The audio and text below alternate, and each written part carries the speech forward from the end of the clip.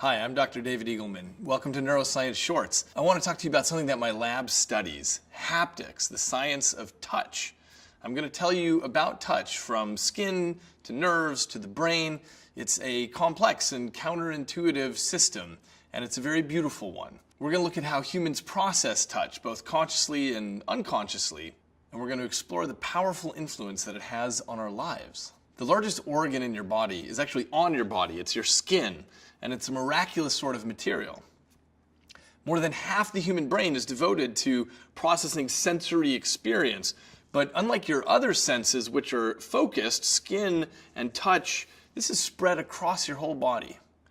Touch is the only sense that puts you in direct contact with your subject. Sight and hearing, these operate at a distance, but you can't touch something without being touched yourself.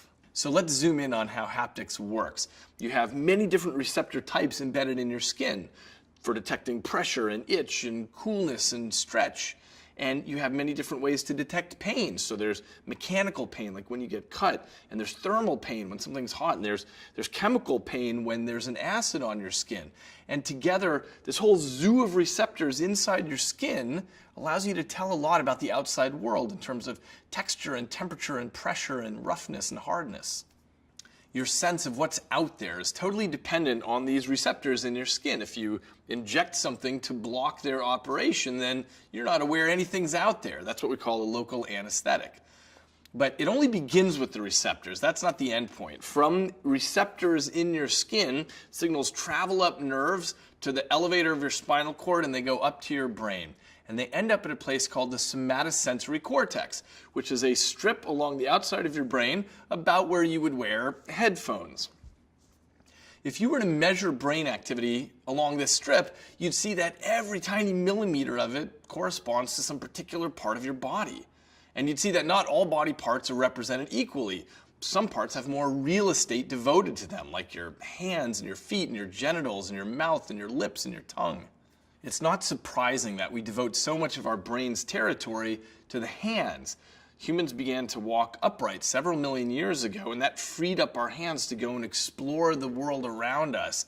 They became much more important, and so our brain changed accordingly.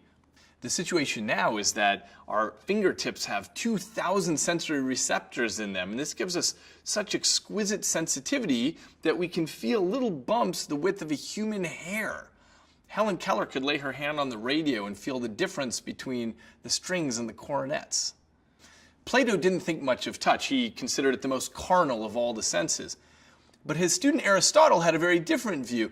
He said, while man falls below other animal species in all the other senses, in touch, he excels other species in the exactness of discrimination, and that is why man is the most intelligent of all the animals.